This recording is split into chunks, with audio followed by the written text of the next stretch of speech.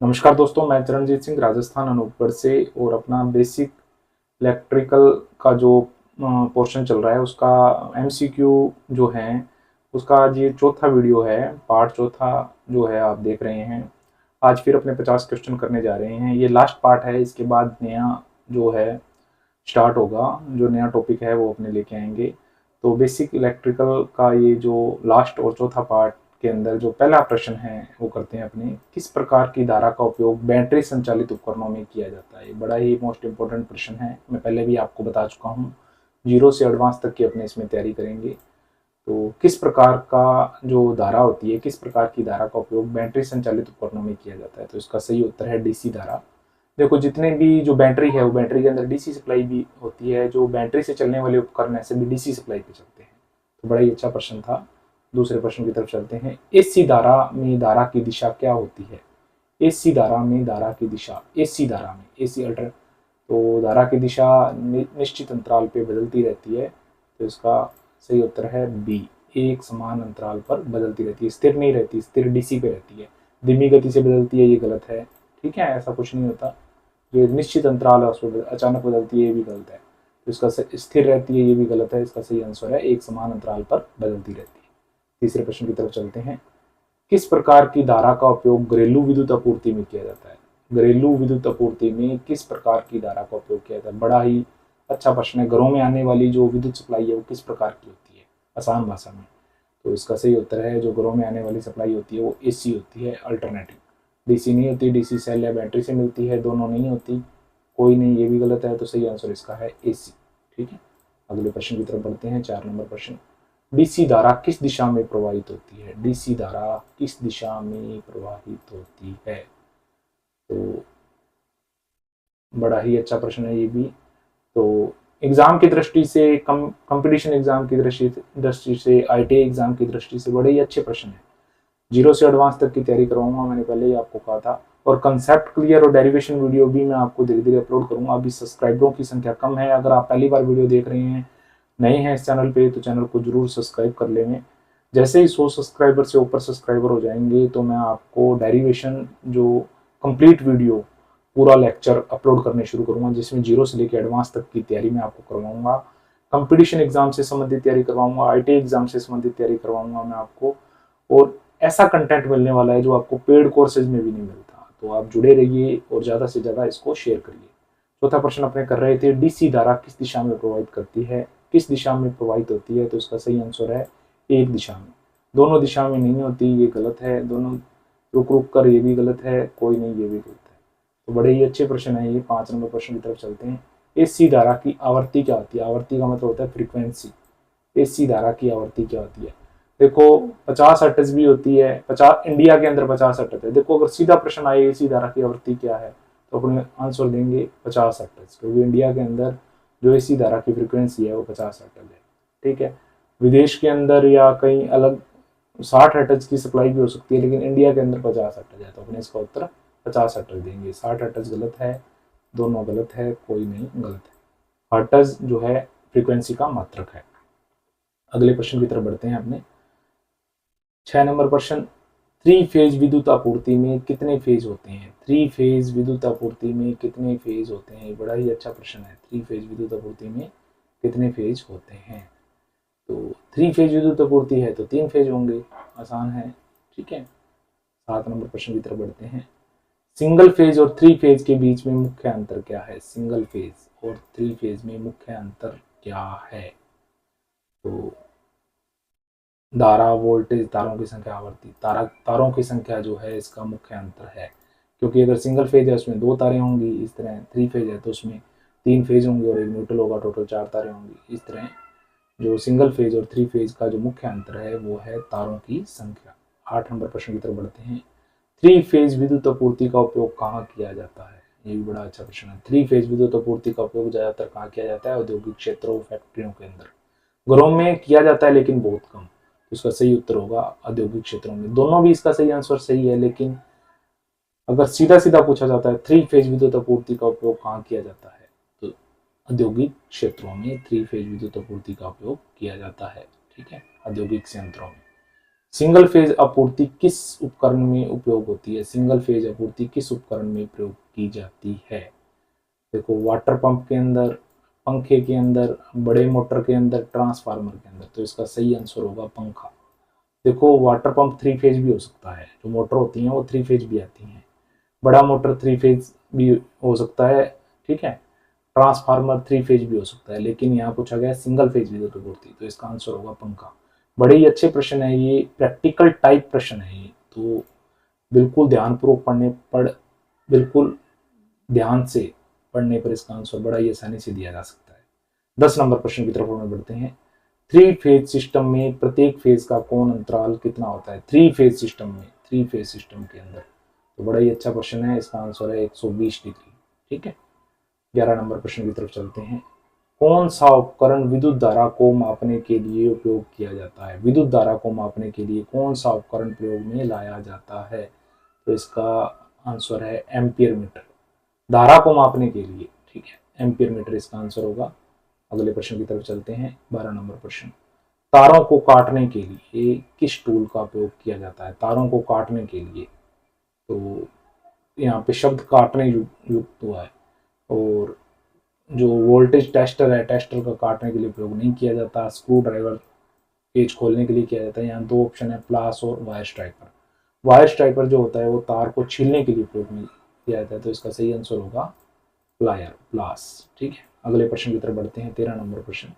किस टूल का उपयोग वोल्टेज मापने के लिए किया जाता है? किस टूल का उपयोग वोल्टेज मापने के लिए? वोल्टेज मापने के लिए देखो, एम्पीयर मीटर धारा नापेगा, क्लैंप मीटर भी धारा नापता है, टेस्टर जो विद्युत की उपस्थिति का ज्ञान कराता है, तो सही आंसर इसका है मल्टीमीटर। देखो, अब यहाँ पे वोल्ट मीटर ऑप्शन में नहीं आया, तो इस तरह प्रश्न को ध्यान पूर्वक पढ़ने पर बड़े ही आसानी से उसका हल किया जा सकता है। तो मैं हमेशा ही इस बात पे जोर देता हूँ कि जो इंजीनियरिंग इलेक्ट्रिकल टाइप जो टेक्निकल प्रश्न होते हैं, उनको अगर ध्यानपूर्वक पढ़ा जाए, ऑप्शन देख के किया जाए, तो बड़े आसानी से सही और सटीक आंसर निकाला जा सकता है। अगले प्रश्न की तरफ बढ़ते हैं। 14 नंबर प्रश्न। विद्युत मोटर को चालू करने के लिए किस उपकरण का उपयोग किया जाता है? तो स्विच, फ्यूज, स्टार्टर, एमसीबी। तो इसका सही आंसर होगा स्टार्टर। देखो, मोटर को चालू करने के लिए हमेशा स्टार्टर उपयोग में लाया जाता है, ठीक है। अगले प्रश्न की तरफ बढ़ते हैं। 15 नंबर प्रश्न। किस उपकरण का उपयोग स्क्रू को कसने के लिए किया जाता है? स्क्रू को कसने और खोलने के लिए किसका उपयोग किया जाता है? तो सही आंसर है स्क्रू ड्राइवर, ठीक है। सही आंसर क्या होगा इसका? Screw driver. अगले इसका सही आंसर होगा स्क्रू ड्राइवर। अगले प्रश्न की तरफ बढ़ते हैं। 16 नंबर प्रश्न। विद्युत धारा की खोज किसने की थी? ये बड़ा ही अच्छा प्रश्न है। विद्युत धारा की खोज किसने की? देखो, इसका सही आंसर इसमें माइकल फैराडे दिया हुआ है, जॉन मैक्सवेल दिया हुआ है, थॉमस एडिसन दिया हुआ है, अल्बर्ट आइंस्टाइन दिया हुआ है। देखो, इसका वैसे तो सही आंसर है वोल्टा। विद्युत धारा की खोज किसने की थी? वोल्टा ने की थी। वोल्टा नामक एक वैज्ञानिक था, उसने जो है वो सेल बनाया था, वोल्टाइक सेल। लेकिन यहाँ वोल्टा है वो ऑप्शन में नहीं, तो वोल्टा अगर ऑप्शन में नहीं है तो उसका आंसर क्या होगा? Thomas Edison. तो इस तरह ऑप्शन देख के अपने को कई बार प्रश्न करना पड़ता है। तो अगर दोनों आ जाते, थॉमस एडिसन और वोल्टा आ जाते, तो अपने वोल्टा को जो सही मानते, ठीक है। अब इसमें ना तो वोल्टा आया नहीं, थॉमस एडिसन आया, तो उत्तर क्या देंगे? Thomas Edison. इस प्रकार ऑप्शन देख के, ये बड़ा ही अच्छा प्रश्न था, ऑप्शन देख के भी कई बार अपने को निर्णय लेना पड़ता है। 17 नंबर प्रश्न की तरफ चलते हैं अपने। पहला व्यावसायिक विद्युत जनरेटर किसने बनाया था?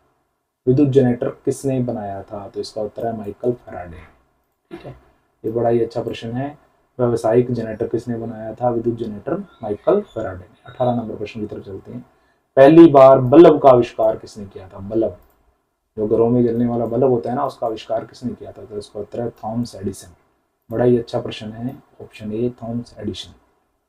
19 नंबर प्रश्न की तरफ बढ़ते हैं। एसी विद्युत वितरण प्रणाली का विकास किसने किया? एसी विद्युत वितरण प्रणाली, इसका आविष्कार किसने किया? एसी विद्युत वितरण प्रणाली की बात की जा रही है, इसका उत्तर है निकोला टेस्ला। इसका बड़ा ही अच्छा प्रश्न था। ये आपको प्रश्न मिलेंगे नहीं कहीं भी जो मैं आपको करवा रहा हूँ। कंपटीशन की दृष्टि से, आईटी एग्जाम की दृष्टि से बड़े ही इंपॉर्टेंट प्रश्न है। अगर पहली बार वीडियो देख रहे हो तो चैनल को सब्सक्राइब कर लीजिए और अपने दोस्तों के साथ भी शेयर कीजिए। 20 नंबर प्रश्न है। विद्युत धारा के संबंध में ओम का नियम किसने प्रस्तावित किया था? तो ओम का नियम प्रस्तावित किया था जॉर्ज साइमन ओम ने। जीएस ओम बोलते हैं, इसका फुल नाम है जॉर्ज साइमन ओम। विद्युत धारा के संबंध में जो ओम का नियम था वो किसने प्रस्तावित किया था? जॉर्ज साइमन ओम ने। 21 नंबर प्रश्न की तरफ बढ़ते हैं। एमसीबी का पूरा नाम क्या है? एमसीबी का पूरा नाम मिनिएचर सर्किट ब्रेकर, ए इसका सही आंसर है। ठीक है, कई लोग मैग्नेटिक सर्किट ब्रेकर कर जाते हैं, ये बिल्कुल गलत है। माइक्रो सर्किट ब्रेकर गलत है, मिस्ट सर्किट ब्रेकर गलत है, सही आंसर है मिनिएचर सर्किट ब्रेकर। अगले प्रश्न की तरफ चलते हैं। एसी का पूरा नाम क्या है? तो एसी का पूरा नाम है अल्टरनेटिंग करंट। कई लोग ये कर जाते हैं, अल्टरनेटिव गलत है, अल्टरनेटर गलत है, अल्टरनेटर करंट फ्लो गलत है, सही आंसर है अल्टरनेटिंग करंट। प्रश्न को ध्यानपूर्वक, ऑप्शन को ध्यानपूर्वक पढ़ने पर बड़े ही आसानी से सही आंसर निकाला जा सकता है। 23 नंबर प्रश्न की तरफ बढ़ते हैं। डीसी का पूरा नाम क्या है? तो इसका पूरा नाम है डायरेक्ट करंट। 24 नंबर प्रश्न। ईएमएफ का पूरा नाम क्या है? बड़े ही अच्छे प्रश्न हैं ये सभी। तो ईएमएफ का पूरा नाम है इलेक्ट्रोमोटिव फोर्स, इलेक्ट्रॉनों को चलाने वाला फोर्स, इलेक्ट्रॉनों को चलाने के लिए लगाया गया बल ईएमएफ कहलाता है। तो इसका आंसर है बी, इलेक्ट्रोमोटिव फोर्स। 25 नंबर प्रश्न की तरफ बढ़ते हैं। आरसीसीबी का पूरा नाम क्या है? बहुत बार कंपटीशन एग्जाम में पूछा गया है, आईटीआई एग्जाम में पूछा गया है। आरसीसीबी का पूरा नाम क्या है?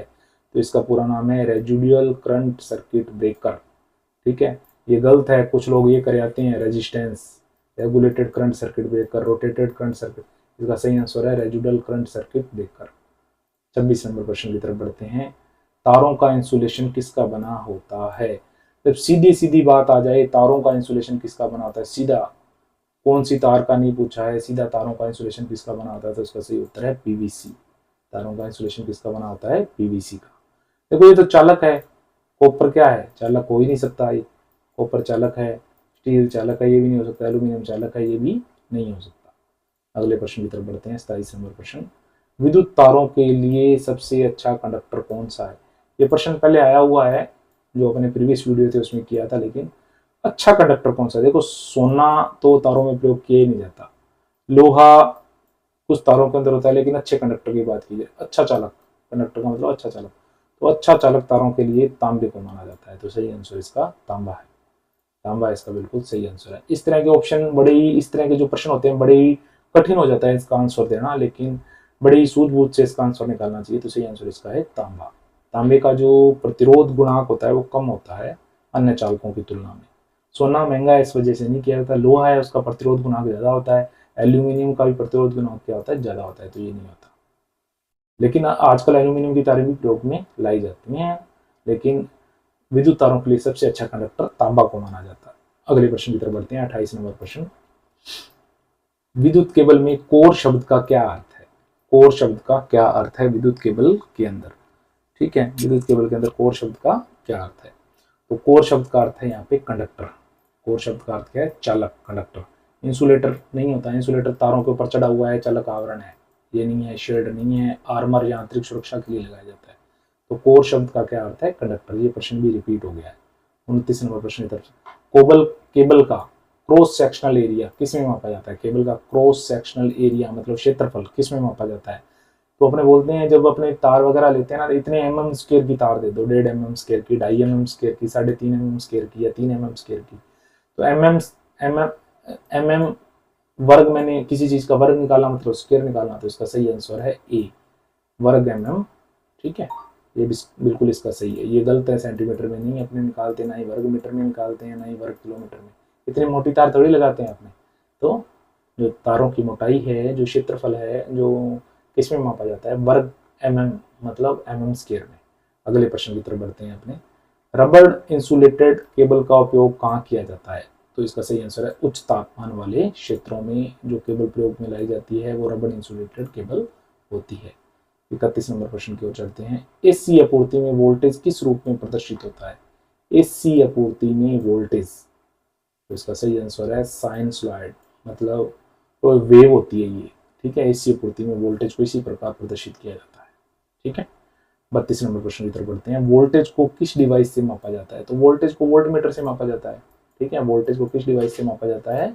वोल्टमीटर से। एम्पीयर मीटर से धारा मापी जाती है, ये गलत हो गया। ओम मीटर से प्रतिरोध मापा जाता है, वाट मीटर से शक्ति मापी जाती है। तो सही आंसर इसका क्या है? Volt meter. अगले प्रश्न की तरफ चलते हैं। 33 नंबर प्रश्न। ये बड़े ही अच्छे प्रश्न हैं, बार बार कह रहा हूँ, बिल्कुल ध्यानपूर्वक पढ़िए इनको, बड़े काम में आने वाले हैं। वोल्टेज को बढ़ाने के लिए किस उपकरण का प्रयोग किया? वोल्टेज को बढ़ाने के लिए स्टेप अप करना है, वोल्टेज को बढ़ाना है, ठीक है, तो हमेशा किसका प्रयोग करेंगे? ट्रांसफार्मर का। ये बिल्कुल इसका सही प्रश्न है, ट्रांसफार्मर इसका सही उत्तर है। मोटर का प्रयोग नहीं किया जाता, जनरेटर को वोल्टेज जनरेट करने के लिए, रेक्टिफायर को एसी को डीसी में चेंज करने के लिए किया जाता है, तो वोल्टेज बढ़ाने के लिए किसका प्रयोग करेंगे? अपने ट्रांसफार्मर का। 34 नंबर प्रश्न की तरफ बढ़ते हैं।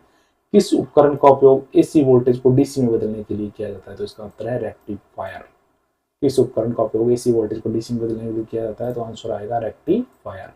बहुत ही अच्छे अच्छे छांट छांट के प्रश्न लिए एसी को डीसी में बदलने के लिए। रेक्टिफायर क्या होता है? डायोड, ठीक है, डायोड होते हैं, डायोड का सेट होता है, तो उनको बना के रेक्टिफायर बनाया। 35 नंबर प्रश्न की तरफ बढ़ते हैं। वोल्टेज डिवाइडर का उपयोग किसके लिए किया जाता है? ये आपको पहली बार प्रश्न देखने को मिल रहा होगा। वोल्टेज डिवाइडर का उपयोग किस लिए किया जाता है? तो सही उत्तर है वोल्टेज को विभाजित करने के लिए, ठीक है, वोल्टेज को जोड़ने के लिए, वोल्टेज को मापने के लिए, वोल्टेज को स्थिर करने के लिए नहीं, वोल्टेज को विभाजित करने के लिए वोल्टेज डिवाइडर का प्रयोग किया जाता है। Derivation video, concept clear video आपको मिलेंगे, लेकिन अभी नहीं, थोड़ा समय रुक कर। बने रहिए चैनल के साथ, सब्सक्राइब करिए, पहली बार देख रहे हैं तो शेयर करिए। अगर कोई प्रश्न है, आपको कोई है तो जरूर टिप्पणी करिए, मैं रिप्लाई देने की पूरी कोशिश करूंगा। अगले प्रश्न की तरफ बढ़ते हैं। 36 नंबर प्रश्न। इलेक्ट्रिक बल्ब में किस प्रकार का फिलामेंट होता है? जो लैंप होता है, लैंप का जो फिलामेंट होता है वो किसका बनाया जाता है? तो इसका सही आंसर है टंगस्टन। किसका बनाया जाता है? टंगस्टन का। कॉपर का नहीं होता, बल्ब का जो फिलामेंट होता है वो टंगस्टन का होता है। कॉपर का नहीं होता, ना ही एल्यूमिनियम का होता है, ना ही स्टील का होता है। जो चमकता है ना बल्ब के अंदर, वो किसका बना होता है? जो फिलामेंट प्रकाशित होता है, टंगस्टन का। अगले प्रश्न की तरफ चलते हैं। 37 नंबर प्रश्न। स्पार्किंग को रोकने के लिए किस उपकरण का प्रयोग? स्पार्किंग को रोकने के लिए, तो इसका उत्तर है फ्यूज। जब स्पार्क होगा तो फ्यूज रक्षा करेगा, तो सही आंसर क्या है इसका? फ्यूज। अगले प्रश्न की तरफ बढ़ते हैं अपने, इसका सही आंसर है फ्यूज। अगले प्रश्न की तरफ बढ़ते हैं अपने। अगला प्रश्न है, इसको टिक नहीं लग रहा, फ्यूज पे लग गया, ठीक है। 38 नंबर प्रश्न की तरफ। विद्युत पावर फैक्टर का सामान्य मान, पावर फैक्टर का सामान्य मान कितना होता है? तो पावर फैक्टर हमेशा इकाई होना चाहिए, एक। कितना होता है? एक, ठीक है। अगले प्रश्न की तरफ बढ़ते हैं अपने। 39 नंबर प्रश्न। शॉर्ट सर्किट का कारण क्या हो सकता है? जब फेज और न्यूट्रल आपस में संपर्क में आ जाए, तारों का संपर्क, इसके कारण क्या हो सकता है? शॉर्ट सर्किट हो सकता है। बिल्कुल आसान प्रश्न है ये। अगला प्रश्न। थर्मल फ्यूज का उपयोग किस लिए किया जा सकता है? जब टेम्परेचर अधिक हो जाए तो सर्किट को बंद करने के लिए किसका उपयोग करेंगे? थर्मल फ्यूज का उपयोग। थर्मल का मतलब क्या होता है? गर्मी, ठीक है। तो कुछ प्रश्नों को पढ़ने से उसका हिंदी अर्थ सही ढंग से निकालने से भी आंसर निकल जाते हैं। 41 नंबर प्रश्न की तरफ बढ़ते हैं। प्रत्यावर्ती धारा में धारा का प्रवाह किसके अनुसार होता है? धारा का प्रवाह किसके अनुसार होता है? देखो, आवर्ती के अनुसार, वोल्टेज के अनुसार, प्रतिरोध के अनुसार, शक्ति के अनुसार। तो धारा का जो प्रवाह होता है वो होता है आवर्ती के अनुसार। प्रत्यावर्ती धारा मतलब एसी धारा। एसी अल्टरनेटिव करंट को हिंदी में प्रत्यावर्ती धारा भी बोला जाता है। 42 नंबर प्रश्न की तरफ बढ़ते हैं। वोल्टेज रेगुलेटर का कार्य क्या होता है? वोल्टेज रेगुलेटर का कार्य, वोल्टेज रेगुलेटर का कार्य क्या होता है? वोल्टेज को स्थिर रखना, ठीक है, वोल्टेज को सही रखना वोल्टेज रेगुलेटर का कार्य होता है। 43 नंबर प्रश्न की तरफ चलते हैं। विद्युत सांधित्र मतलब, सांधारित्र मतलब कैपेसिटर, कंडेंसर, जो पंखे के ऊपर सेल लगा होता है, वो क्या संग्रहित करता है? वो हमेशा चार्ज संग्रहित करता है, ठीक है। चार्ज की इकाई क्या होती है? कूलाम। 44 नंबर प्रश्न की तरफ चलते हैं। वायरिंग में किसे कंडक्टर के रूप में प्रयोग किया जाता है? ये प्रश्न ऊपर भी अभी आया था, तो इसका उत्तर होगा तांबा। कंडक्टर चालक क्या होता है? तांबा। पीवीसी है चालक है, लकड़ी है चालक है, कांच है चालक है, वैसे सीधी सीधी तरह पता लगता है, इसका आंसर क्या होगा? तांबा। अगले प्रश्न की तरफ बढ़ते हैं अपने। 45 नंबर प्रश्न। इलेक्ट्रिक हीटर किस प्रकार की ऊर्जा का प्रयोग करता है? इलेक्ट्रिक हीटर किस प्रकार की ऊर्जा का प्रयोग करता है? तो हीटर तो विद्युत ऊर्जा से ही चलेगा, तो विद्युत ऊर्जा का प्रयोग करता है। अब कई लोग इसमें क्या करेंगे? ऊष्मीय ऊर्जा करें। अरे वो ऊष्मा तो आउटपुट देता है, इनपुट में कौन सी ऊर्जा लेता है? किस प्रकार की ऊर्जा का उपयोग करता है खुद हीटर? तो इसका उत्तर आएगा विद्युत ऊर्जा, सीधा सीधा ये। 40 नंबर प्रश्न की तरफ बढ़ते हैं। डीसी वोल्टेज में किस डिवाइस का उपयोग किया जाता है? डायोड का, ठीक है। डीसी वोल्टेज में डायोड, ट्रायोड, ट्रांसफार्मर एसी में यूज होते हैं, मोटर, लेकिन यहाँ डायोड इसका आंसर सही है। डीसी वोल्टेज में किस डिवाइस का उपयोग किया जाता है? डायोड का। 47 नंबर प्रश्न की तरफ बढ़ते हैं। फ्लोरोसेंट लैंप में प्रकाश उत्पन्न करने के लिए किसका उपयोग किया जाता है? फ्लोरोसेंट ट्यूब में प्रकाश उत्पन्न करने के लिए, फ्लोरोसेंट ट्यूब में गैस भरी होती है, तो इसका सही उत्तर है गैस डिस्चार्ज का प्रयोग किया जाता है। 48 नंबर प्रश्न की तरफ बढ़ते हैं। इलेक्ट्रोमैग्नेटिक इंडक्शन की खोज किसने की थी? इलेक्ट्रोमैग्नेटिक इंडक्शन की खोज किसने की थी? तो इसका सही आंसर है माइकल फैराडे ने। किसने की थी? इसका सही आंसर है माइकल फैराडे ने। ठीक है, अगले प्रश्न की तरफ बढ़ते हैं अपने। अगला प्रश्न है 49 नंबर प्रश्न। विद्युत चुंबक बनाने के लिए किस धातु का प्रयोग किया जाता है? चुंबक बनाने के लिए हमेशा लोहे का प्रयोग किया जाता है। चुंबकीय धातु का प्रयोग किया जाएगा। तांबा चुंबकीय धातु नहीं है। ठीक है, एल्यूमिनियम भी नहीं है, चांदी भी नहीं है, तो इसका सही आंसर है लोहा। ठीक है, 50 नंबर प्रश्न, लास्ट प्रश्न। विद्युत मोटर में धारा को बदलने के लिए किसका उपयोग किया? धारा को बदलने के लिए किसका उपयोग किया था मोटर में? तो इसका सही आंसर है कम्यूटेटर। कम्यूटेटर क्या करता है? एसी सप्लाई को डीसी सप्लाई में, डीसी सप्लाई को एसी सप्लाई में चेंज करने का जो धारा होती है एसी को डीसी में बदलने का कार्य करता है कम्यूटेटर। ठीक, तो ये 50 प्रश्नों की सीरीज थी जो अपने बेसिक इलेक्ट्रिकल के अंदर पढ़ रहे थे। टोटल 4 पार्ट हैं इसके, ये लास्ट पार्ट था। इसके बाद अपने डीसी थ्योरी पढ़ेंगे। अगर आपको वीडियो पसंद आ रहे हैं तो आप चैनल को सब्सक्राइब करिए, लाइक करिए। अगर आपका कोई प्रश्न है तो कमेंट करिए, मैं जवाब देने की पूरी कोशिश करूँगा। इस चैनल पे आपको जो competition electrical theory, electrician theory, जो कंपटीशन जो आईटीआई ट्रेड इलेक्ट्रिशियन से संबंधित कंपटीशन की तैयारी कर रहे हैं उनके लिए आईटीआई इलेक्ट्रिशियन थ्योरी में यहाँ पे पूरी कोचिंग करवाऊंगा। पूरा कंसेप्ट क्लियर वीडियो यहाँ पे उपलब्ध करवाऊंगा इस चैनल के अंदर, तो आप इस चैनल को जरूर सब्सक्राइब कर लेंगे। Thank you for watching this video.